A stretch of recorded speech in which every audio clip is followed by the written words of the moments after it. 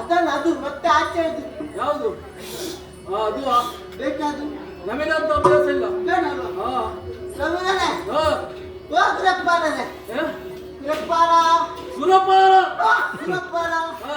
ಎಂದಿನಂತೆ ನಾನು ಪ್ರಾತಃ ಕಾಲದಲ್ಲಿ ಎದ್ದು ಬೆಳಿಗ್ಗೆ ಪ್ರಾತಃ ಕಾಲದಲ್ಲಿ ಎದ್ದು ನಿತ್ಯ ನಿಮ್ಮ ಕರ್ಮ ಮಾಡ್ತಾ ಇದ್ದದ್ದು.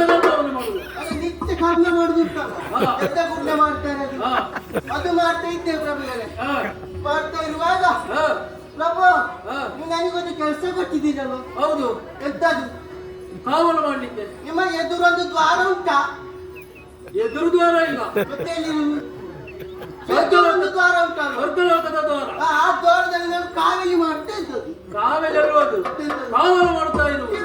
ಕಾವಲಿ ಮಾಡು ಕಾವಲಿ ಮಾಡ್ತಾ ಇದ್ದೆ ಪ್ರಭು. ಕಾವಲು ಮಾಡ್ತಾ ಇರುವುದು. ಹೌದೌದು. ಆಗಲ್ಲ ಪ್ರಭು. ಅವ ಬಂದದ್ದು ಯಾರು? ಇವ ಅರಣ್ಯ ಅರಣ್ಯ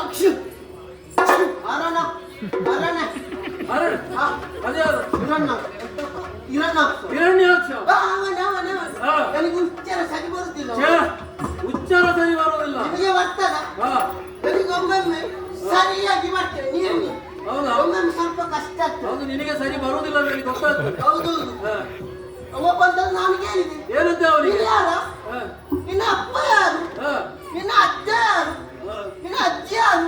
ನಿನ್ನ ದೊಡ್ಡಪ್ಪ ಯಾರು? ನಿನಗೆ ಅವನ ಅಜ್ಜಿ ಅವನ ಕುಟುಂಬದವರಿದ್ದಾರೆ, ಸಂಬಂಧದವರಿದ್ದಾರೆ. ಇಲ್ಲಿಂದ ನಿನಗೆ ಅವನ ಅಜ್ಜಿಯನ್ನು ಹಿಡ್ಕೊಂಡು ಏನ್ ಮಾಡ್ತೀನಿ?